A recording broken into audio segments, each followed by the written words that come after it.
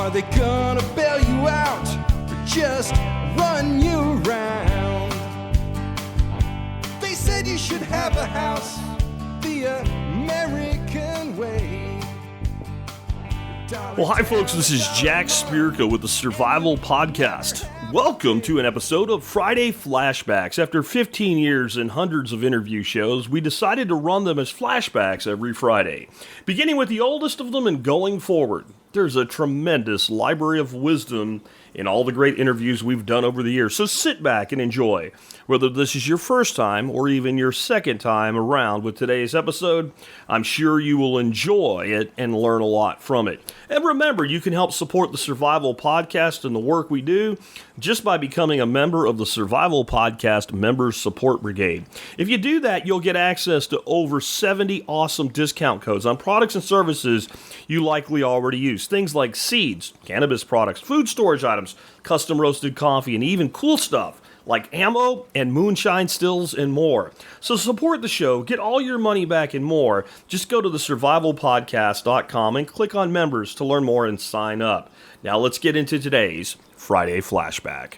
And today we are flashing back to January the 4th, 2012. We have moved to a new year in our flashbacks. This was originally episode 813. And it was called Growing for Market with Steve, the Greenhouse Guy. In this episode, Steve and I went into a wide range of topics centered around greenhouse growing and turning gardening into profitable ventures. We discussed the fundamentals of greenhouse and polytunnel use, from managing soils and plant starts to maintaining ideal grow temperatures and using supplemental heat when necessary. We also explored the steps to getting started at the market, how to price your products, organize your displays, and create a compelling mix of offerings. A big focus was on the customer experience, how to treat people in the way that keeps them all coming back. We talked about how long it really takes to become an established market grower and shared tips on sourcing plant starts cheaply or even for free. We also covered how to carve out unique niches while still moving the more common items, how to organize your displays for easy transport without damaging your products, and ultimately how to make your garden not just productive but profitable. This will be great for a lot of you guys that are, still figuring out, like, how can I make a profitable business or side hustle on my homestead? It's right in vein with what we're still teaching today in 2025, even though this happened about 13 years ago that we did this episode. With that, let's go ahead and flash on back. January the 4th, 2012, originally episode 813, Growing for Market with Steve, the Greenhouse Guy. And with the housekeeping wrapped up, I'd like to go ahead and introduce our special guest today, Mr. Steve Kasarda. Again, as I said, Steve is the Greenhouse Guy and the guy I got my greenhouse from. You can read his blog at thegreenhouseguy.com, and you can find his greenhouses for sale at Steve's Greenhouses. He's here to talk to us a little bit about greenhouses today, but more about something called Growing for Market, which is actually producing food and producing plants and then going out and selling them. So it's kind of a twofold thing where you're actually not just doing self-sufficiency and self-reliance from a production standpoint, but actually selling. You can make actually a surprising amount of money with just a small area dedicated to doing this and working a few days a month. In fact, most of the people that do it are, as Steve puts it, part-timers. They have a full-time job and they do this for extra money. And then there's a lot of folks right now that are out of work that are using this to put some money in their pocket. So that's great too. He's here to talk to us about how to market your stuff, how to treat your customers, how to grow your stuff, finding individual niches. It's going to be great. Hey, Steve, one, thanks for building me a great greenhouse, and two, thanks for joining us today on the Survival Podcast. Jack, thanks. It's nice to be here. Hey, Steve, so this is kind of a new topic. We've never actually talked about this before. When you said you wanted to be on the show, I knew greenhouses would be involved, and that's what I figured it would be, mostly a greenhouse discussion. So when I saw the topic, I thought it was going to be great because it's combining food production and secondary income. So it's really awesome. But I think there's a lot of people out there that kind of have this whole idea in their head that, yeah, I'd like to be able to grow food. I'd like to be able to sell it, but how do I even get started doing that? First, you just got to try. Depending on what you'd like to do, if you want to grow for, say, market, go to a market. See what it's like. Walk the market. Talk to some of the under vendors. Talk to the market manager. If there's something you're pretty good at growing, say you do tomato plants, try it. Try it at home first. Try to start them in succession so you'll have something to sell at market. There's just a lot of things that you can do out there. Try what you know first. That's my recommendation. And I mean, kind of skipping around a little bit with things then, to me it seems like there would be a big advantage for someone doing growing with, especially in a smaller area that doesn't have a big acreage, by using greenhouses to be able to start plants, maybe instead of selling produce, sell the plants themselves, keep things going in succession, deal with pests. So is there maybe a big advantage for somebody using tunnels? There's an advantage to it. You don't have to use a greenhouse. It does help. It gives you a couple of different growing scenarios, a couple of different growing temperatures. If you have a greenhouse, you can have a cold end, you can have a hot end. So you can grow things, get things started for your market, move them back to the hot end and start hardening them off. You can do it outside too. Plastic is a great equalizer. If you want to do PVC pipe, try it. That may be your way to get in. You don't need to start out with an expensive greenhouse. That said, it does seem to pay dividends to having a greenhouse, mostly by being able to control pests, temperatures, diseases, things like that. Could you talk a little bit about startup costs then? Because you just bring up a big word for everybody is expense. And I know there's a lot of people that would like to maybe do some growing and some production out of that. But, their thought is, well, I don't have money for 20 acres or whatever. I mean, does it take a lot of money to get into actually making some money with what you're growing? No, not really. I mean, put it this way. I go to our local Safeway, I go to Home Depot, and I'll buy different types of tomato seeds. I also order some of the hybrid seeds. You're talking $1.69 a pack for tomato seeds. Buy some good potting soil, some Miracle-Gro potting soil. Get some used pots from your local nursery. They love to get rid of the smaller pots, 4-inch pots. Start them into 6-packs. Put a little hotbed in your greenhouse. We're assuming you have the greenhouse already. Just go with what you know. Get them started cheaply, raise them up to saleable size, maybe even hold them a little longer than that, harden them off, make sure you're selling somebody a nice product, and start small. This year, you might do 3 or 4 things. Each year you add a little bit more. And we're talking about growing for market here, for actually taking down to your local farmer's market or to your local, somebody's got a stand on the street, and offering them to sell your product. And you're talking mostly about like selling the plants right at this point. And to me, that seems like maybe it's a better niche for a lot of people than trying to grow produce and sell produce.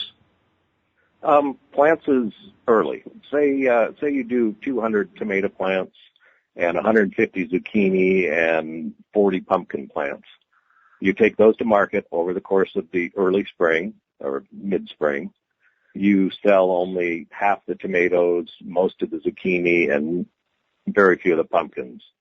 You haven't sold them. You're not going to sell them. Plant them. If you have the room, plant them up. Now, you're going to wait 3 months, but you'll have another set of markets you can go to toward the end of summer when you can be selling the produce. I think that makes a lot of sense, and it's spreading your revenue out quite a bit. And I think that makes a lot of sense. On the plants or the produce, do you think it makes sense for people to go like, I don't know, if I go down to the nursery or what have you this spring and I look for tomato plants, everybody's going to have Parks Whopper tomatoes, or, there's a variety of California Wonder peppers. Does it make sense for people to maybe take the approach of going with those, well-named brands, or maybe trying to establish their own niches and markets? You can try your niches and markets. An example was this year I tried Whopper and, another tomato from back east there. Apparently you folks have great luck with them. I found out here we have terrible luck. So Start out with your basics and then expand out. Just do 2 or 3 things a year. If you lose them, it costs you $10. If you don't lose them, you made some extra money because it's something that nobody else is offering. Take yellow cucumbers. They sell great now. At first, nobody could give them away. So it's just a matter of developing your market. And it doesn't have to be vegetables. I mean, while you're starting your vegetable seed, you can also be thinking about ordering plugs for bedding plants. petunias, trailing basket materials. There's just a ton of things out there. I do begonias. Begonias are hard to do, but after time you learn how to do them. Since they're hard to do, nobody else does them. I've got the market cornered. I can charge what I want. So don't stick with your local stuff. Just do branch out a little bit. It makes me think of herbs too, because like I can't believe it. I go down to like these nurseries or whatever, and people are selling a basil starred plant for $3, and you get about a bazillion seeds off a single basil plant. And if you can't grow basil, you've done something. I don't know what it's like in the Northwest, right? But in the South, if you can't grow basil, you've done something bad wrong. You're probably not going to grow bacteria if you can't grow basil. So it seems like there's a lot of opportunity in maybe the herbs, the flowers, the ornamentals, all of that stuff, kind of cumulative. Up here, herbs and basils, they're a big product. We do have a lot of problems with them, with pests and diseases. For me, I'm retired, so I stick with the easy stuff. There's 10 people that sell basil at my show or at my market and sell a lot of herbs. I'm the only one that sells begonias, maybe one other person. Geraniums, the big, beautiful geraniums. You can order a plug for 50 cents or 75 cents now, put it in 25 cents worth of pot and soil, sell it for $3.49. There's only one other person in my market that does that. So if you're into the basils and you want to produce basil and herbs for everybody, try it. But try it on a limited basis. Spread yourself out, like I keep saying. I think it might make sense, too, even if you're going to do that. Well, then get a little bit exotic, do the purples or something like that. And I think we're coming across something I really didn't think of before the interview. But there's a lot of variances by region. If I take a handful of basil seeds and throw them in my yard, if I don't mow that spot, there will be basil later on. That's what it's like down here. And where you have a different environment, or the Whopper tomato, not really down here, but I remember that one from Pennsylvania. When we grew that in the Northeast, that tomato was like, it was almost like having an apple tree by the end of the year. There was so much growth and so many tomatoes on it. They don't work as well for you. And I'm sure there's plenty of things in the Northwest that work well that wouldn't work down here. So it probably does make sense for people to do a lot of self-experimentation so they know they're marking a good product. Right, exactly. And like I say, doing your research at your local market before you actually start growing, that's going to be the key. Go to your market, go to several different markets in your area if you can. Walk the market, look at the stalls, see who has a line, see which vendor has a smile on his face. And when you notice his customers walk away, see if they're smiling. And then look at what he's selling. That's key. And that vendor, you may be going to copy part of what he's doing. You're still going to do your own stuff. But that vendor doesn't care if you copy him. He's confident enough in his product that he figures the more the merrier. That's how I am at my markets. Yeah, I know. You'll find that guy that was smiling and his customers were smiling. If he's like me, I can be selling, say, a geranium for $3.99 and have somebody 2 stalls down selling for $1.99, and the customer's going to buy it from me just because of the rapport you build with your customers. That's another thing. Take your time, commit for a couple of years. The first year you may get just dusted. The second year, your people are going to start to know you, and by the third year, you're a regular. You're like their local grocery store. They're going to come to you first. Yeah, I think the rules of business apply to all businesses, and there is certainly something to said before about building up a clientele and a client being willing to pay more than a customer will. I think that's, people always make that customer client delineation, and to me, it's not like whether a customer or client is based on the client will pay you more than the customer will. That's what it means to me, because they're loyal to you and they want to do business with you. Exactly, and they have a proprietary feeling in your business. They feel like they own a piece of your business. So if they know you from the get-go, they feel like they're responsible for your growth. Well, yeah, and they come back. They'll buy multiples that that they really don't need for their yard. Yeah, but they'll do it just to make sure that you're sticking around the market. Yeah, because that's what's happened. They've bought from you for 3 or 4 years. They want to know that next year when they come back, you're going to be there again. Exactly. So what about competition overall? I mean, Is it a problem? Is it a friendly marketplace? I mean, because I've been in business in different markets, and I've been in some where, like, you come into that business like everybody wants to cut your throat and kneecap you. If there's a kneecap business out there that doesn't sound like it, it's fishing guides. You show up and start guiding on a lake where there's old timers and you haven't been there, you might come back and find your tires slashed or sugar in your gas tank. And then some, they're like, the more the merrier or whatever. Yeah, here it's kind of the more the merrier thing. Everybody that's been doing it for 4 or 5, 6, 7, 8, 10 years, they've got their clientele. What they want is more clientele, and you get more clientele by having more vendors. It's like a chase the tail thing. What came first, the vendor or the client? The more vendors you have, the more customers are going to come, the more you're going to gain, and the older people are going to gain. So the competition thing comes in mostly in play in pricing. The older guys are going to have the highest prices. The newer guys are going to come in with the lower prices, and they expect that. But they also know that in 2 or 3 years, you're going to be bringing your prices up as well as your quality to where you'll be on par with them, or you just won't be there. I've seen a lot of vendors come in, start out with the high price, last 1 year, maybe a year and a half, they're gone because they just can't keep customers.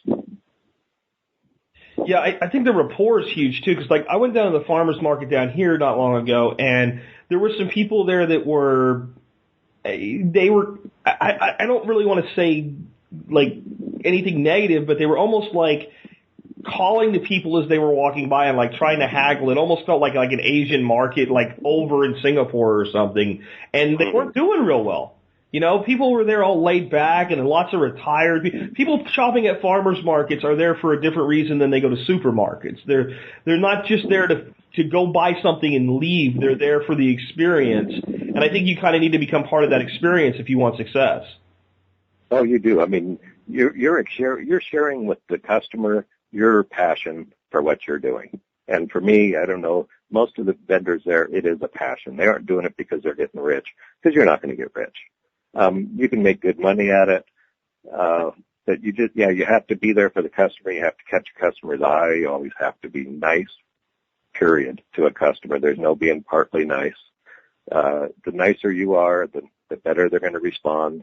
And you may think that you're portraying a bit of an act at first, like I did when I first got in the nursery business. After a while, I realized these people really do care about me. They care about what I think and what I've got to say, and they realize I know my plants. I mean, I've had customers come in that they have no clue what this plant is, but it sure is pretty. And by the time they're leaving, they've got 3 of them because I've told them everything I know about that plant, the good and the bad, and they're excited about it. So if they can see that you're excited, you're going to get them excited. You make them feel like they're a part of the market, and they want to feel like a part of the market. Yeah, I think they also want to feel like when I take this home and I plant it, I'm going to plant it in the right soil with the right light exposure, and I'm going to water it the way I'm supposed to. I'm going to fertilize it. And if I don't know what it is, I'm not sure what to do. So if you can make them feel comfortable that they're going to go home and have great results, and they do, then you're really going to start to establish something with them. And, I mean, that's kind of my next question is, how long does it take for somebody to really get established into something like this? To where, like, they're going to be, they are going to be there next year. They're going to be there next year when you see them as a vet. You just have a feel for them. They're not the pushy types. They don't cross their arms and let a customer walk up to them. The type of person it's going to take to stay in the business is just going to have to be friendly, outgoing, smiling.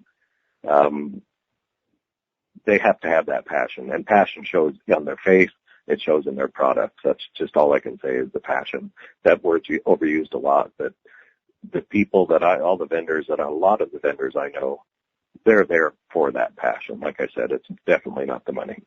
But given the money, this is a way to make some money. I have sold quite a few greenhouses over the years, and I say in the last 2 years I've had a dozen of my greenhouse customers that are now selling at market, and 4 of them are selling at one of the markets I'm at. One of them is right next to me. And I think it's great. It's like I'm the Godfather.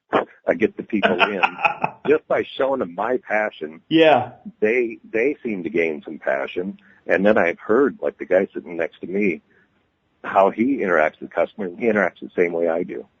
The little story about him is he's a UW graduate. He was laid off.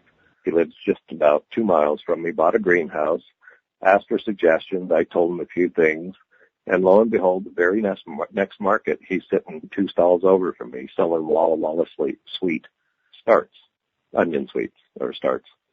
And I said, great. I walked over. He had 48 of them.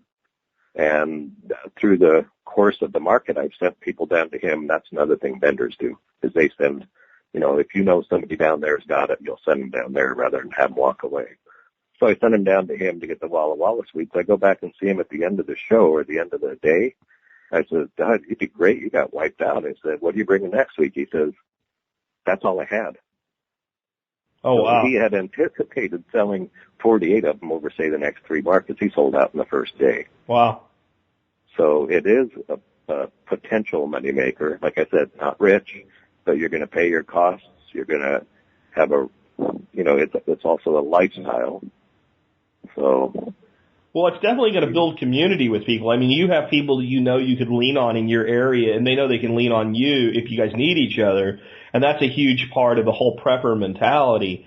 You've mentioned a greenhouse quite a bit because, it's a big thing for you. Obviously, you're Steve, the greenhouse guy, right? So do you think somebody needs a greenhouse to do this, or is it just highly beneficial, or does it depend on where they live, or what were your thoughts on that? A greenhouse is a great thing to have. Of course, I sell them. But you could start out with the PVC frame, or you could start out with a piece of plywood on top of the fence. If you don't mind, send folks to thegreenhouseguy.com. It's a blog I started, thanks to you. And one of the series I did in it was growing for market. It tells in there in one of my first ones that I started out with a 4x8 sheet of plywood with 2 legs, and the top of it was up on top of my fence. I put some plastic around it, and I went to market that year. I've never looked back. I quit doing markets because I got into the retail nurseries, but here 25 years later, I'm back into doing markets. So you can start with a lean-to shed off of your house. You can start in your kitchen with your tomato starts up. So just to be clear on that kind of, and you probably have this on your blog, and I just haven't seen it yet. That piece of plywood isn't for stuff to sit on top of. It's kind of like a roof, and it's like a lean-to, and you face that, I guess, south, and drape plastic from there. Oh, okay, cool. Mm-hmm. What a great idea. I put a little door on the front. It looked rinky-dink on the inside, but all the plants that I had in it sold, and I just sold those to neighbors. Wow. It doesn't take a lot. There's not a lot of expense involved into getting into it. Even, say that greenhouse you got for me. Yep. That, I forget what the cost was, but by the time you got all said and done, if you bought that greenhouse, done the framing, all the plywood, all the plastic, everything you've got to buy from Home Depot, you're in $900. That's about right. Yeah, because I think it was about $600, and I think I have about $300 into the material, so that's dead on. Yeah. So if you've got that much, I'd say invest it. The worst thing you're ever going to do is you're going to continue to use that house for yourself, and the house will pay for itself eventually. The best you can do is be ordering another greenhouse next year, and that happens a lot. When people get into this business, it's explosive. The growth is usually exponential. I think there's some real potential for some exotic things that haven't been explored yet as well. Like, if I look in a catalog like Braintree or something, they sell wolfberry or goji berry. A plant is like $12.50, $18. Well, I tried starting some from seed, and it's as easy as starting a tomato. And you can buy a packet of seeds from like Sand Mountain Herbs for, I don't know, like $3 for and it seems like there's about 100 seeds in there. That's a pretty big margin, Right. And they are pretty frost tolerant. They'll go down to about zone 5, but they'll handle warm temps up to like zone 8. So it's got a big swath of the market. And that's just like one thing. And to me, that would be something you could show up at a market with that you're probably not going to have a lot of other people there. And if you had a little, like a little bowl full of the dried, where you dry them sort of like raisins, they're good eating. They're very nutritious. I think that would sell. And that's just kind of off the top of my head. And you're the only one going to have it. For a while, anyway, that's for sure. Probably the only one selling it. Another way of doing that is what I do is I like to skulk the back aisles of your local nursery, because every nursery owner, if it's a real nursery and not just a buy-in and resell nursery, if it's a real nursery, you check their back aisles and you're going to find their little special things. For me, it's things like angel wing begonia. That's something that you probably, some of the folks listening today will have that in their house. Take some cuttings. Over the course of the next couple of years, you can sell 30 of those plants at $8 a piece. That's not much, but that's one little plant. There's just a ton of things out there. Like I said, if you go through the aisles of the back of a nursery and maybe even ask the nursery owner, hey, what's a real good seller for you? I've found things like sedum. Sedum is like the thing that everybody does when they first get into market. Right now, I do an ogon, which is a yellow sedum with a yellow flower on it, and I've never seen another person sell it. It's a weed. You drop it on the ground, it starts. I drop it into 4-inch pots, and I turn it into cash. I probably do 6, 8, 10 of those things that nobody else does. So it's just, there's some legwork involved. You don't want to just go buy tomato and zucchini seeds. That's a good start. You have to have those. But go find the unusual, and like you were just talking about. Yeah, I think there's like all kinds of boutique things that are done. Like if you look at like Seth Holzer, everybody worries about crossing squash, right? Because you get some weird things when you do some squash crosses. But sometimes you get some really cool things in that F1 generation hybrid. Well, that's something if you figure it out, if you go do, and manually pollinating squash plants is pretty easy. You take a male blossom and you take a female blossom just before it opens, and you use the male blossom to pollinate the female blossom. You pull the female open. You take some paper tape and you tape the female closed so it'll never open. 2 days later, the blossom falls off. You know the cross. And you might get some real, right? But Steph's got some pretty cool stuff. And that would be another example of where else are you going to get one? You've got the secret recipe, so to speak. That's right. And you can do that over and over and over with squashes, with roses, with anything. Well, I'm sure you know the story of the mortgage lifter tomato. Actually, I don't. Okay. The mortgage lifter is a hybrid that became an heirloom. Like, it was such a great tomato that they just kept replanting the seed, and it takes about 7 to 14 generations generally to make a hybrid reproduce. So if you just cull out everything that didn't work and get seed only and do it over and over again. So they did with that with mortgage lifter. Originally it was a hybrid, and there was a guy that came up with these two, I don't remember what the two source tomatoes were, and this was a guy in Pennsylvania Dutch country, which is probably why I know this. And this is back in the 30s during the Depression. And he started making these tomatoes, growing out and selling the plants, and he sold them because they were like the only ones. So this is a lot of money back then for like 50 cents a plant. And in one summer, he paid off the mortgage on his house. So that's why it's the mortgage lifter. It lifted the mortgage from this guy's back. That's the name. Good idea. So, I mean, that's something was done in the 30s, but I think there's still plenty of stuff left to be done today. Right, but then you've got to remember his mortgage was $2,300. Oh, I'm not promising you that's going to happen. Yeah, I'm sure, because I remember my grandparents had this place. It was about 1.5 acres in Pennsylvania, old farmhouse with it was actually 2 houses, but they used the other one as a shed by that point. And I remember my grandmother telling me when she paid the mortgage off in the 40s, after my grandfather came home from the war, and she said that it was not what they had to pay off, but the original mortgage was $1,350. And, you look at that and you go, you're probably not going to have the next mortgage lifter tomato, but you might have, I don't know, the mortgage payment tomato. If you could make one payment a year, it's something. Sure. That's kind of what I shoot for at this market here is, try to make a couple of payments a year out of it. Someone's going to do that now, Steve, and they're not going to give either one of us credit. The mortgage payment tomato. I don't care. You know what? I don't care. And that's another thing about my greenhouses. If you want one, great. If you don't, I don't care. Just build one. Yeah. Because you're going to find once it's in your backyard, you got to use it. And if you start using it, you're going to start growing something. You'll give a little something to a neighbor. The other neighbor will want to buy a couple. So this is not the kind of thing that you have to jump in with both feet right away or buy an expensive greenhouse. Just do it. Have fun with it. it's a nice way to teach kids too that you don't have to go through the drive-through to get lettuce on your hamburger. It's just fun. The growth rate difference is big too. I don't think people get it, especially during the colder months of the year. Like, you guys have cool weather, right? We don't. We have hot weather down here. And in the summer, you try to grow lettuce in this environment, it's too hot. It is too hot. So then you go to grow it in the winter, and it'll survive these cold temperatures, but it's looking for that like 50-degree thing. It's not looking for that 25 or 80, or 95. It's looking for that middle ground that we don't get much of.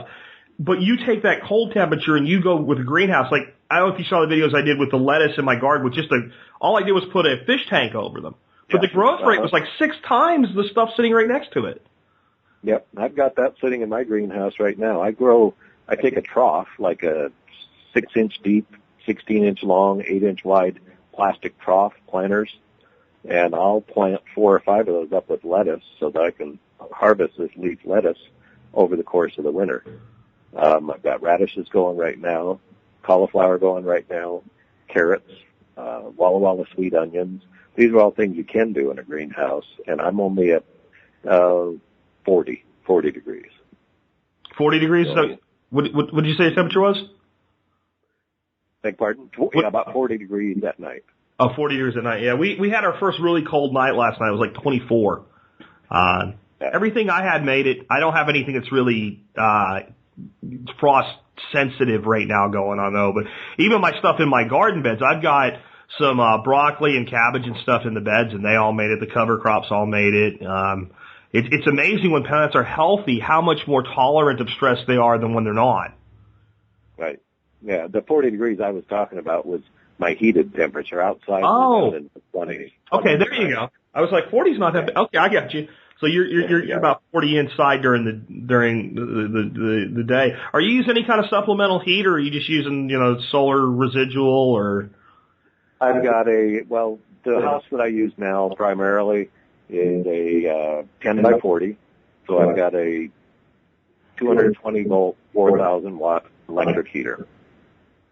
And then I've got a little backup propane heater. It's called a Blue Flame. They're 30,000 watts. You can hook it up to a small tank, 10-gallon tank, 20-gallon tank. And that's a backup. So if it gets down into the teens here at night, my electric heater can't handle it, the propane will kick in. And you probably don't, people hear that 4,000 watt heater and they think of like trying to heat a house. You're probably not using anywhere near the energy draw because all you're doing is you're trying to maintain 40, not 72. Right, yeah. No, and the 4,000 watt, if you think about it, is only 2.5 times the size of a milk house heater. Gotcha. So it's not that big of a deal. And of course, you only have to run it on your nights when you go down into those lower temperatures. If it's, I look at like my average temperatures here, and through January, I have a lot of times where we're hitting 30-ish, and that's not that hard to raise up to 40 from. We occasionally get a 7-degree day or a 5-degree day, but we get a lot through our winter where I don't think you need anything. Your overnight low is 38 degrees. Well, you have some solar gain there too. We don't get a whole lot of solar gain. We get a lot of clouds. Yeah. So you're getting sunshine during the day that's going to help you out. Another trick to saving on that heat is the things I told you I was doing, the vegetables, plus I do some orchids that I hold over. The trick to doing that is drop a sheet of plastic down in the middle of your greenhouse and just heat the front 15 feet or 10 feet. Oh, I got you. So basically put in a curtain.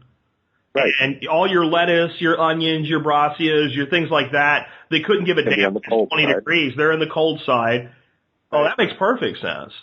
That way you could be starting your other stuff for market, plus you can keep your special plants and your house plants in there in the front end. What do you think about my idea of somebody being able to say they grow locally produced vanilla orchids? Am I just crazy? Is that some dream that Bill Mollison stuck in my head, or is it possible? I don't know what a vanilla orchid is. I'm into Cymbidium orchids myself. Okay. But I don't see why you couldn't. Can those vanilla orchids go down to 32?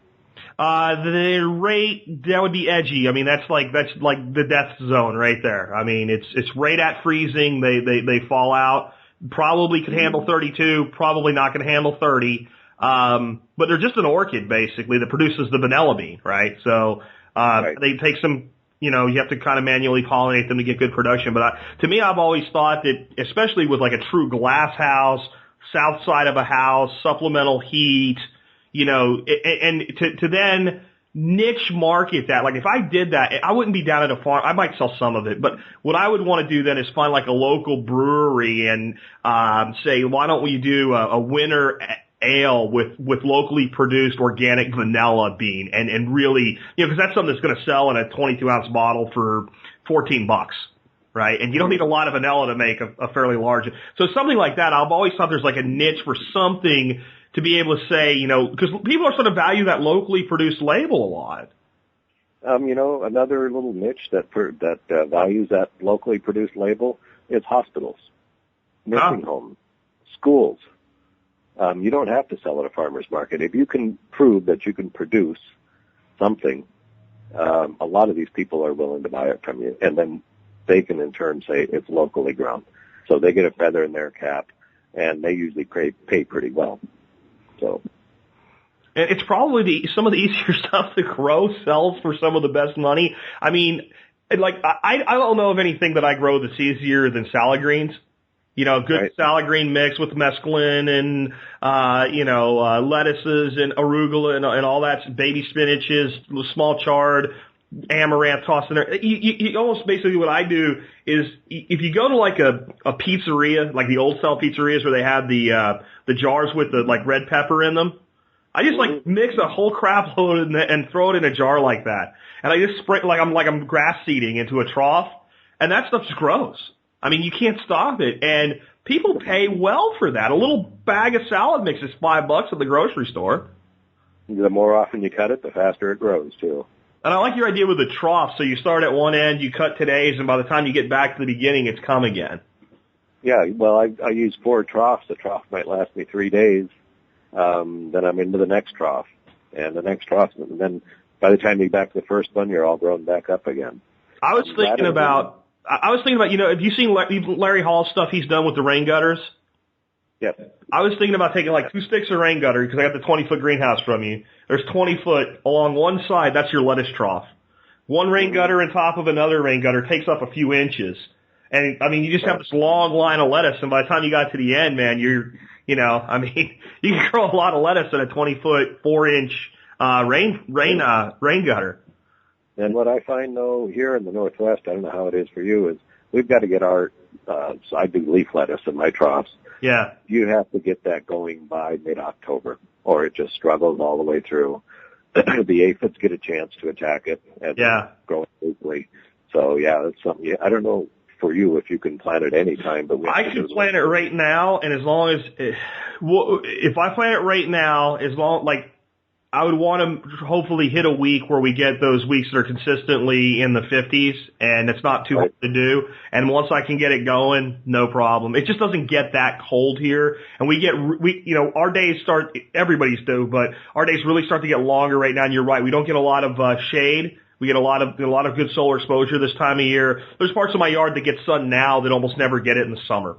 Because of the leaf fall and everything. So yeah, I can get stuff off the ground now. It's easier 2 months ago, definitely. But you can, but I start for my own personal use, like my tomatoes, my peppers and everything like that. I usually start those about February 1st, but I start them indoors till they germinate, and then I move them out to a greenhouse or a cold frame or something like that, because I get much more rapid germination if I'm holding them at 70 degrees until they germinate. Well, with those that you started, those tomatoes, you probably used half of that pack of seeds, right? Maybe. So you can take the rest of the pack, plant it into, I use jumbo 6-packs, you know what they are. They're just a big pack. And sell the rest of those seeds, put them in jumbo 6-packs, get them started, shift them up to 4-inch. If you haven't found a market yet, shift them up to gallons. And within 3 months, you're just going to have some really nice, lush gallon tomato plants to sell. And that's going to more than pay for your seed. You know what you're making me think of now with this whole, if there's not a market yet, just put them into a bigger pot. In timberland sales, when you're holding timberland, and you either want to sell the land or go ahead and cut it and take the timber, and this year the market sucks, they call it sitting on the stump. You just wait. Right. And then you wait, and what happens is the stumps get bigger, and when the market's better, not only is the market better, but the yield is greater. So you're kind of doing that in an accelerated couple months versus several years with timberland. But, yeah, because a gallon tomato plant at Home Depot is like $12. You know, they're expensive when they're that big. Yeah, there's other plants that you can do that with, too. I've taken, mentioned Home Depot. I've gone into Home Depot when they're having a clear out on shrubs. Yeah. Like Alberta spruce. Uh-huh. From my wholesaler, I pay $4 for an Alberta spruce. From Home Depot, they were $1.99, I believe. I bought everything they had. I planted up everything into 2-gallon pots, and I trimmed some of them wrong. Well, I sold out all the ones that I didn't trim wrong, and guess what? I shifted them up again. Now the ones I trimmed wrong are $16 instead of Interesting. $9. So every mistake here, when you make a mistake, you can cover it just by holding it another year and make more money on it. So that's another little niche for your farmer's market, too. Think of shrubs. Think of trees. In every farmer's market, it seems like there's one guy that knows trees, or gal, excuse me, that knows trees, and that could be you. And yeah, they damn near give away fruit trees at the end of the season, too. There's not usually a lot left, but like the one year I got, and I'm about to actually put them in the ground finally because I just held them in pots till now, 2 dwarf peaches from a Home Depot in Frisco, Texas, and I think I paid like $4.50 a piece for them. And you could have sold those for $20. Oh, easy. They sell $20, $30, yeah. And now they would sell. Now they produce peaches. Now they're fairly substantial. So you got to keep your eyes peeled. You got to look for the deals. Like I said, back corners, nurseries, even Home Depots. They all have back corners. Home Depot has a deal. I don't know if folks know it, but they approached me once. One of the big growers in Southern California, when I had a nursery down there, he said, "You want some bedding plants?" I said, "I can't afford that." And he says, "It's guaranteed sales." I had no clue what that was. He says, what we do is we go into Home Depot, then he hit Kmart, then he came to me. He says, we give you whatever you want. If you sell it, you give us the profit. If you don't, we take it back and give you credit. So there's always a buyer somewhere in the garden center at Home Depot, and when you see them picking up flats of plants and putting them into baskets to haul away, to throw away, tell them I'll give you a dime on the dollar, and they'll just jump on it. I've done it so many times.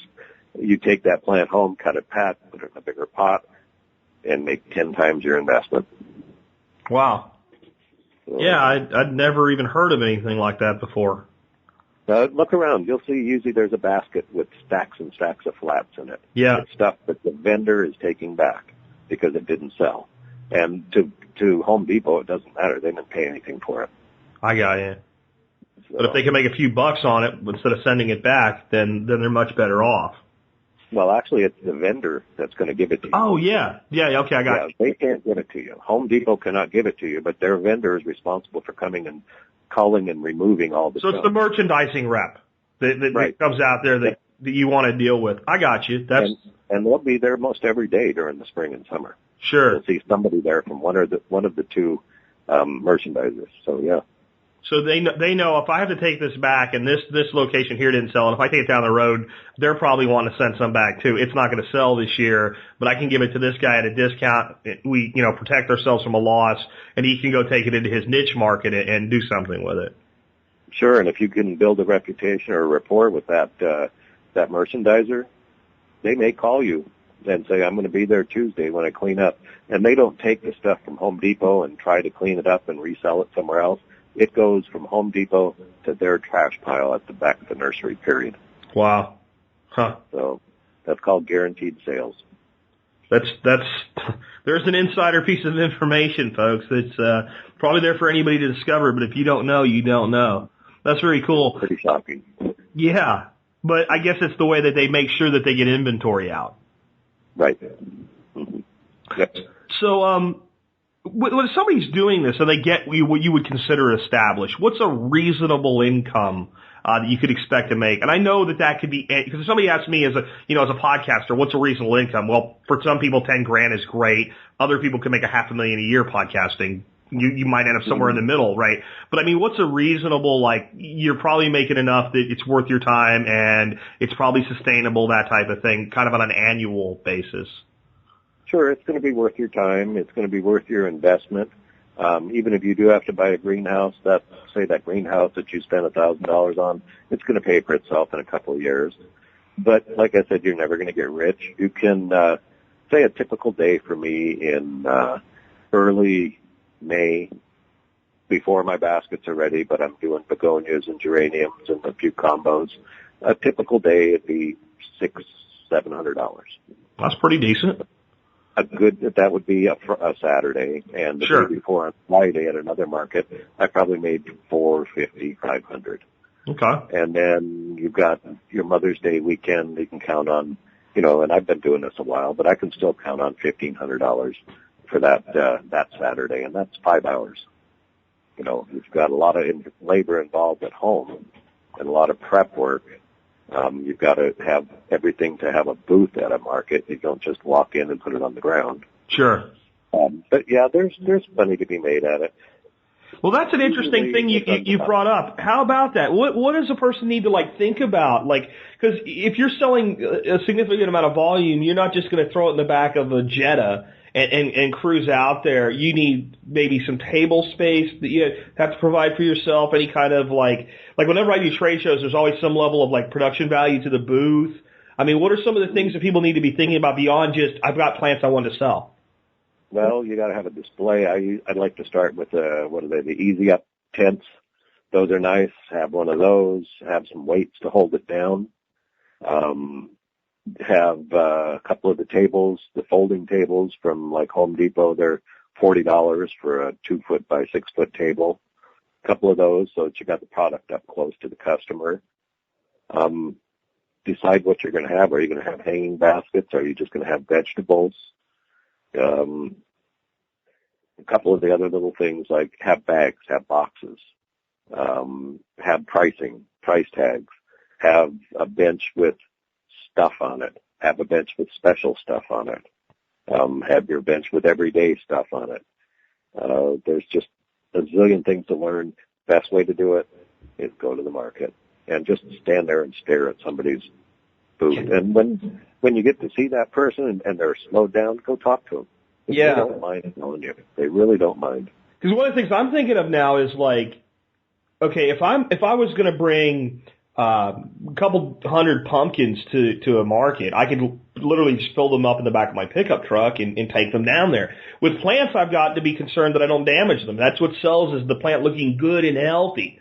So is there some ways that you do that? Because till this second, I never even really thought about that logistical component. Sure. Say you wanted to take a bunch of petunias, a bunch of bacopa, a bunch of lobelia, a bunch of this, a bunch of that. Don't take 100 of each. Take 25. Keep it small. Not everything is going to sell every time.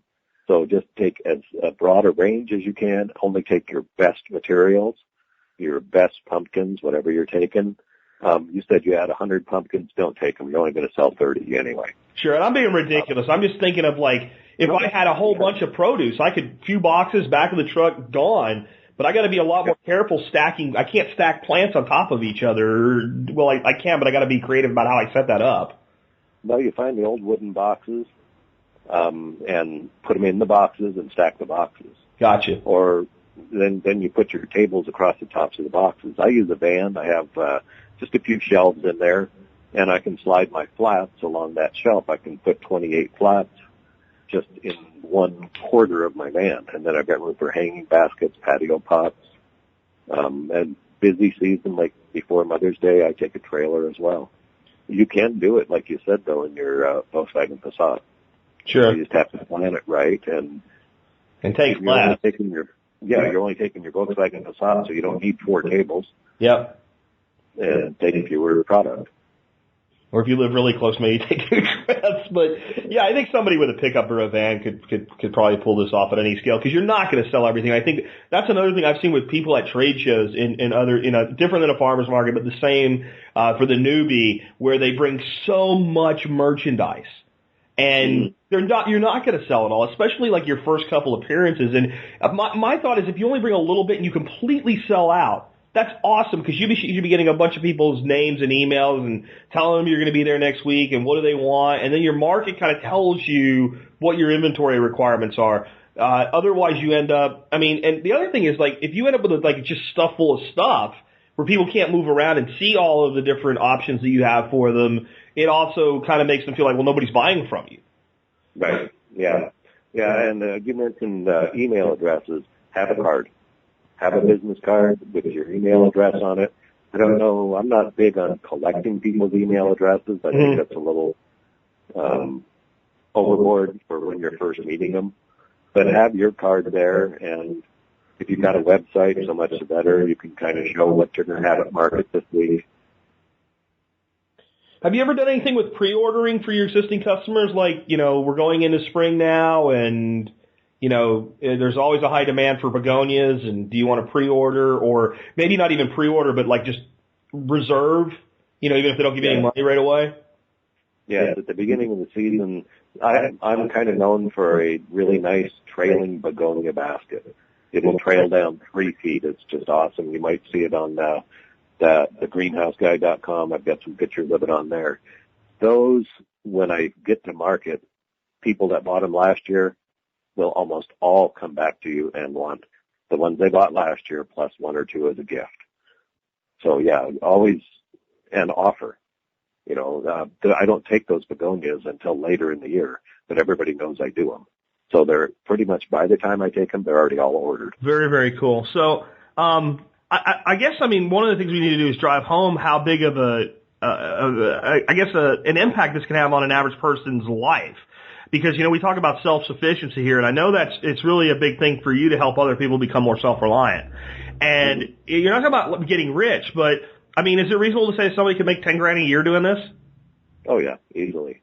And to me, that'll keep a lot of people out of bankruptcy. Oh, sure.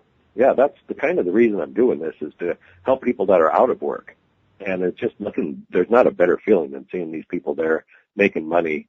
Honestly, making money hand over fist. They're only doing it a couple of days a week. But if you take a couple of, say a $600 and a $300 day, that's 1 week times 9 or times 4. 3 times 9 is $2,700 for the month. That's not a bad month. Half of that's your expenses for materials and your market fees and things like that. You're, like I said, not getting rich, but you're certainly keep the wolf away from the door. And, I want to reiterate right here that Steve and I are not tax advisors or anything. Just do what you want with this, but I would say that the primary method of doing business in these environments is cash money. And you take that how you want, folks, but, cash money is cash money, and you guys can extrapolate from that on your own. There's one thing you want to do keep in mind, though, is you're in a farmer's market. It's a cooperative market, and they make their money. The market itself makes their money based on your sales. Okay. So if you want the market to be able to advertise, to bring in more customers. Gotcha. Okay. And the markets also will usually provide insurance, and that's important. Oh, okay. That brings the economy on grid, and with a return. Like that's what you get for being on grid. I would still say if you're selling tomato plants from your backyard to your neighbor, that's cash money. That's definitely cash money, and you can declare every penny of it if you'd like. Yeah. I always do. Okay. So.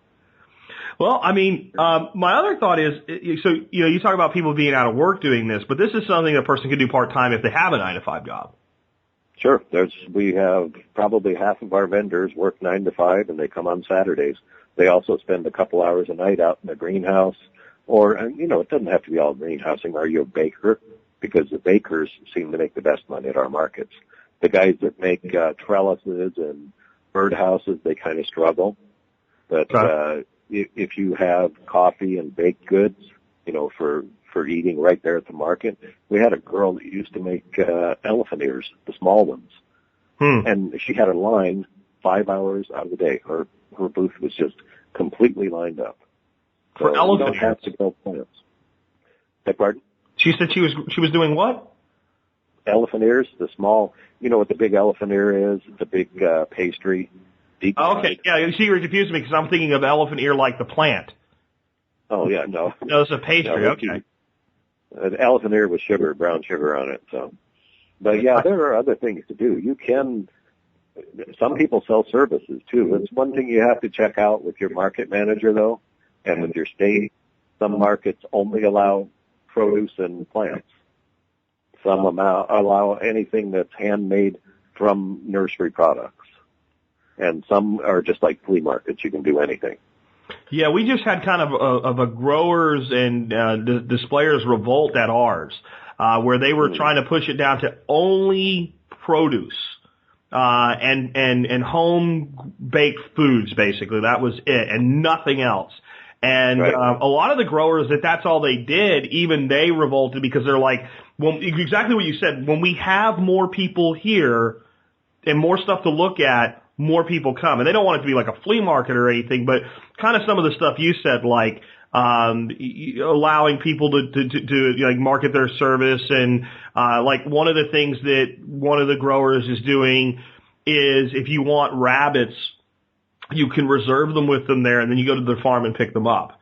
And the people that were running the market didn't like that, I guess because the money went outside of the market or whatever. But the reason the grower was doing that wasn't for circumvention. It was because in this state anyway, with the regulations, he can sell you a rabbit directly, but he can't process it and bring it there and sell it to you. So they were kind of revolting because they wanted more freedom. And I guess the growers in the end ended up running the show. Mm-hmm. Yep. Well, it's meant to be a farmer's market, but they have to have some flexibility. Otherwise, you're not going to generate the customer base. Absolutely. I completely agree with that. So, hey, man, this has been a great interview and uncovered some things I didn't even expect. As we've been chatting, I've been kind of going through your blog, and you've been busy, man. You've done what I've suggested that anybody with a blog do, and you've blogged a lot. And I would definitely recommend people get by and take a look at your blog, which, again, is at thegreenhouseguy.com. And then your main site where people can get your greenhouses is stevesgreenhouses.com, right? Right, yeah. And you remember where that name came from, thegreenhouseguy.com? I think it was from me. I think it was your suggestion. Yeah. I said, I'm going to set this guy up and just go ahead and try it. And well, you did it on Blogspot, and I just lambasted you. Get it off. I know. Spend $9 and get a domain name. I'm going to kick your ass. I think I did say that. You did, but I just ended up adding up the bill the other day, and it's actually $170. But it was well worth it. I mean, for everything. For the host, for the 3 years. Yeah, for everything. It's well worth it. So before we go, though, I'd like to do a shout-out, if you don't mind. Oh, absolutely. It's a group of guys and girls. They work for the Longview, Washington Post Office. That's how I found out about you, is the wife brought home one of a note from one of the guys there, and it was survivalpodcast.com, and I've been listening ever since. So shout out to those guys and gals. They do work hard, and they pretty much all listen to you. So that's telling you something about the post office. Well, let me say thank you to those folks as well, and thanks for letting you know. I mean, I have a great greenhouse now. I've got a new great relationship with somebody. I'd love to have you come back on the show again sometime. I think there's a lot of stuff we could talk about. Maybe we have you come back on just, let's say, right before spring, February-ish and January-ish or something like that. I'll Dorothy get in touch with you just on starting plants. Sure, we can do that.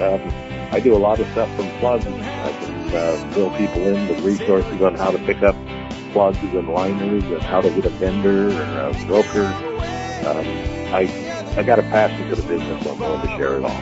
Awesome. Well, we'd love to have you back. Steve, again, thank you for being on the show today. Sure. Thank you much, Jack. All right, folks, and with that, this has been Jack Spirko today along with Steve Kasarda, helping you figure out how to live that better life if times get tough or even if they don't. It's in our food these days, you know it's on our TVs. Sometimes we forget